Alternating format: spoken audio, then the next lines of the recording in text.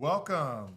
I am the serial intellectual. I create intellectual products that transform people and change the world. And today, what I want to do is I want to show you a tool called the Quadrascope. And the Quadrascope is specifically designed to help you do relationships better. I created it to help you to successfully navigate through the four most common things you're going to experience in every relationship. And they're not always things we want to hear and talk about, but they're realities. One is evil. Yes, I know, as good as your spouses and your kids and your brothers and sisters and your family and your best friends are, everybody's imperfect, and you're going to get some evil from time to time. Hopefully not a lot. The second is weaknesses. The third is wounds. And the fourth is damages. Evil, weaknesses, wounds, damages. Those are the four most common things we experience in relationships that can hurt us or that hurt our relationships. And here's the thing. Oftentimes we don't differentiate or know how to tell the difference between them because they often present themselves in the same way. So what we want to do actually is learn how to differentiate. So here's what we're going to do. I'm going to show a document, and in this document, I'm going to present to you, you're going to see the Quadrascope. And we can kind of go from there. And that's not the document. I'm going to share a different document. That's actually the description. So let's get to the document here. Here we go. All right. So let's take a look at this. Here's the Quadrascope. So here's what we're going to do. You see the top is the evil, weaknesses, wounds, and damages. Now, every relationship you're in, you're experiencing these four things. Hopefully not a lot, but let's just keep it real and cut all the BS. You're experiencing these things, right? In a bad relationship, you get a lot of evil, maybe some weaknesses, some wounds, and some damages. In a good relationship, you get a little bit of evil, but you're going to get weaknesses, wounds, and damages, depending on the person's background. This Quadrascope is designed to teach you there are differences between those. You should experience them differently, and you should respond differently. That's the key. And the whole point is to enhance your relationships. So let's walk through them. The first column we're going to walk through is that of evil. It's pretty simple to walk through this one, right? So what is evil? It's a missing of the mark. It's a transgression of the law, right? So check this out. So what's the origin of it? It's choice. Choice. We make choices, and sometimes our choices are not good. Third, what's the relational impact of evil? Typically. What typically happens when evil is done? Separation and destruction. That's usually what happens. There's separation when evil happens, and there's harm when evil happens. Anybody who denies that, you need to swipe left, go to another live stream, all right? What are some of the unhealthy psychological responses? Covering, excusing, and blaming. So when people are doing evil, if they're not owning it, what are they doing? They're covering, excusing, and blaming. They're trying to cover it up. And then they're excusing. It wasn't my fault, his fault, her fault, their fault, my parents' fault, the country's fault. It's racism, it's this, that, and the third. That's why I'm doing all I'm doing. Or they're blaming. And what are the emotions associated with evil? Shame, fear, and guilt. Shame is an identity-based emotion that is basically says there's something intrinsically wrong with me. Not that I've done wrong, that's guilt. We'll get there. Fear is a proximity-based emotion, right? If you're afraid of heights, you're not afraid until you are up high, all right? And it's primarily concerned with being safe, right? Shame is primarily concerned with who you are. Fear, where you are. And then guilt is a performance-based emotion, so you feel it when you did what you shouldn't have or you didn't do what you should have. It's always performative-based, and it's how am I doing, right? Those are the three emotions associated with evil relationally. All this stuff is going on when evil happens. It's going like this, and most of us are not even aware that this is happening because we're just experiencing it and processing it ourselves. Okay, so what are the relational mistakes we make in regards to evil? Concealing, continuing in it, and then just being dismissive or unbelieving. So what should we do? We should confess. That just means to agree. It's evil. We should repent, which basically means we stop doing the evil. We stop it. You can use any other language you want. I'm a believer, so I use Christian language. Repent means you stop, you turn, you go the other way. You stop doing the evil, right? And then you put faith back where it should be. Belief back where it should be. Now, this is interesting. What is God's response or the good news to evil? Well, we call that a gospel, right? It's good news.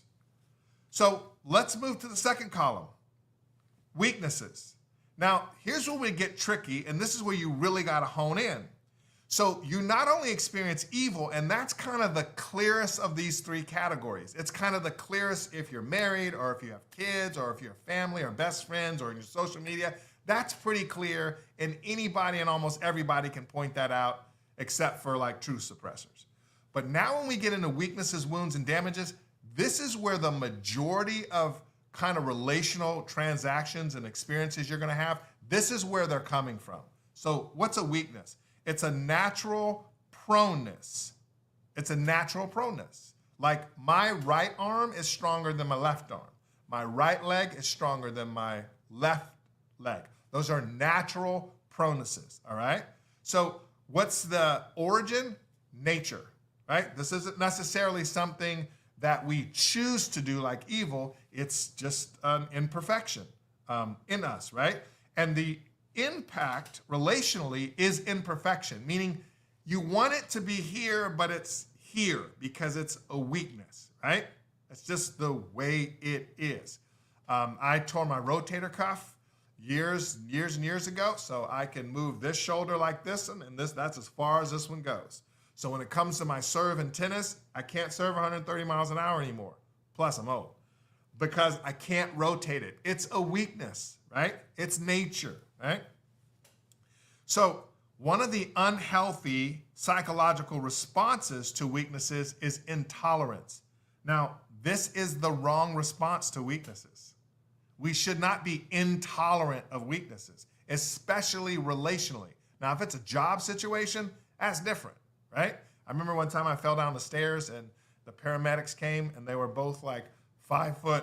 One was a man and one was a woman, and they were probably together. They probably weighed 260, 280, and there was no way they were getting me out of the bed and down the stairs, right? I had to literally get up and get myself out of bed because they just didn't have the strength. So to be honest with you, my first response was I was mad. Why did they send them? But then I thought, well, what's wrong with them? They're perfectly qualified paramedics, but they just had a natural weakness in terms of strength, right? So what happens when we experience this is we get frustrated with people's weaknesses. Like, how come you can't just do this? Like, how come you can't move fast or whatever it is? We get frustrated. And then that turns into the relational mistake of annoyance and anger. So we're frustrated, then it goes to annoyance and anger. Our correct response should be empathy, right? That should be our correct response. Like, I understand. I see it. I understand that the weakness I'm experiencing isn't because you don't like me or you don't care about me or you don't love me. It's because you're just not able to do it.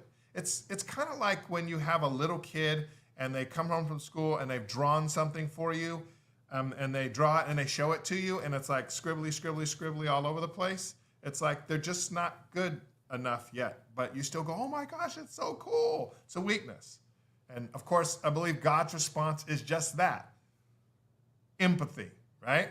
There's nowhere in redemptive history where you find God condemning a weakness. It's just not there.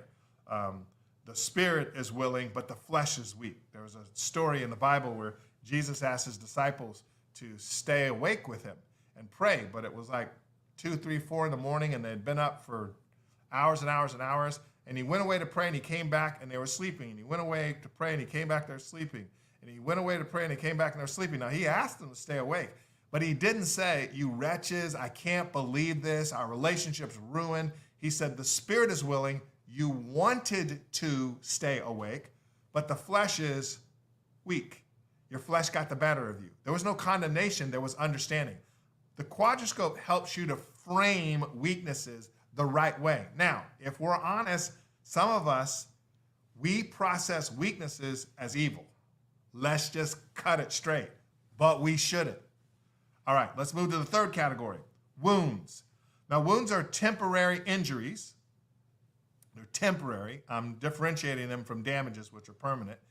And they come from circumstances, right? So I told the illustration of my shoulder, right? Circumstances. Things happen and you get wounded. You are young and you put your hand on the stove and you get burned. And so it's like trigger, got it, right? So the unhealthy psychological response there is protection, not on behalf of the person who got the wound, but on us. We see somebody who's got a wound and we're like, oh, hold on a second. Maybe that person is gonna hurt me, because the associated emotion is pain, right? Wounds hurt. That's just the way it is. But what happens when we start to get into the relational mistakes we make with wounds is when we see someone with a wound and we see that it come from a circumstance, and we see that wound hinders their ability to do relationship. And we see that they protect themselves. So when people are protecting themselves, it's harder for us to do relationship freely and openly. What happens is there's pain because I start to feel and you start to feel like, how come you're not giving yourself to me? Well, it's because the last time I did this, I got wounded. So I'm trying to protect myself. I'm trying to snail pace my way into this relationship.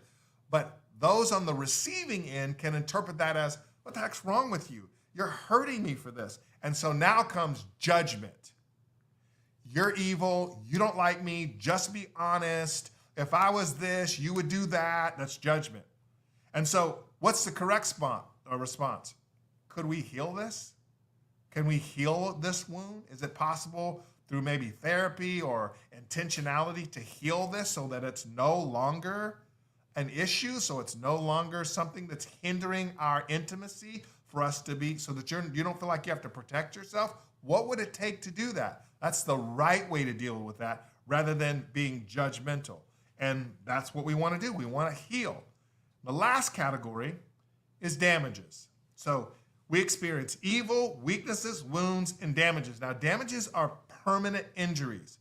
Think of these like disabilities, right? You're not going to heal them. You have to live with them. They also come through circumstances, but rather than just a hindrance, a damage tends to produce more incompetence.